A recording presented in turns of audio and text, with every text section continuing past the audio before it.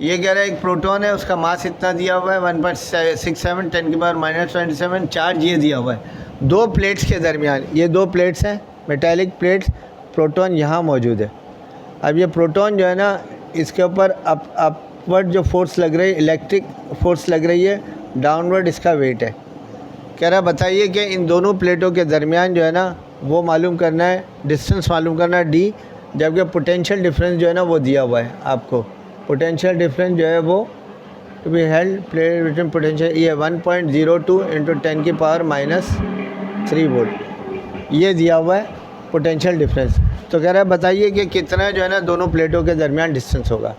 अब पहला काम ये करना है कि हम डेटा बना लेंगे। ये हमारे पास आ गया, डेटा में आपने लिखा मास दिया हुआ है m = 1.67 10 की पावर -27 kg।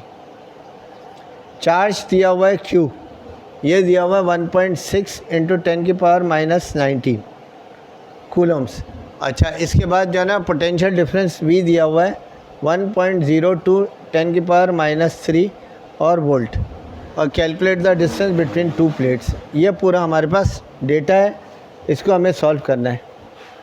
सही है। अब देखो इस थियरी वाइज ये होता है कि जब भी कोई चार्ज दोनों प्लेटों के दरमियान मोहल्लिक हो जाए, यानी सस्पेंड हो जाए, मोशनलेस हो जाए, इसका मतलब उसके ऊपर दो जो फोर्स एक्ट कर रही हैं, एक तो नीचे से अपथ्रस्ट की तरह से फोर्स, इलेक्ट्रिक फोर्स, और उसका अपना वज़न जो नीचे की तरफ एक्ट कर रहा है। जब दोनों इक्वल होंगे ना तो फिर क्या होगा कि वो मोशनलेस हो जाएगा। तो इस सूरत में हमें जो है ना यहाँ एक फार्मूला क्रिएट करना है एफ़ का, और उसका मतलब वेट के हिसाब से वोल्टेज का। तो इलेक्ट्रिक इंटेंसिटी का फार्मूला होता है, नहीं, इलेक्ट्रिक इंटेंसिटी का फार्मूला होता है E = V/d। एक तो ये फार्मूला है। दूसरा इलेक्ट्रिक इंटेंसिटी होती है फोर्स पर यूनिट चार्ज के, ये दूसरा फार्मूला है। लेकिन हमें पता है कि यहाँ पे फोर्स इक्वल है F इक्वल है W के, ये रहा, दोनों इक्वल है। तो देयरफॉर इलेक्ट्रिक इंटेंसिटी इक्वल है W/Q के। या ये भी लिख सकते हैं हम लोग, W इक्वल होता है mg के, तो mg/Q। अब इसको कंपेयर कर लेंगे हम लोग, बाय कंपेयरिंग वी गेट, दोनों को कंपेयर करना है।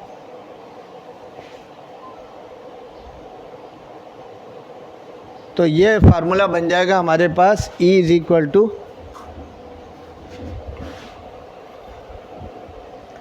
देखिए यहाँ पर जो है ना, यहाँ पुट कर देंगे E की वैल्यू, यानी इस तरह से V/d = mg/Q।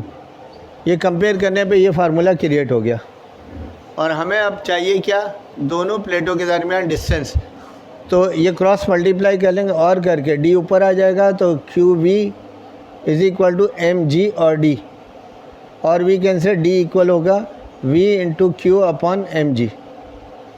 अब हम यहाँ वैल्यू पुट कर देंगे 1.02 10 की पावर -3, कैलकुलेट करो। चार्ज जो दिया हुआ है 1.6 × 10 की पावर -19, और अपॉन मास दिया हुआ है 1.67 × 10 की पावर -27, और g जो होता है वो 9.8 है। ये सारा कैलकुलेट करेंगे तो दोनों प्लेट के दरमियान डिस्टेंस आ जाएगा मीटर में।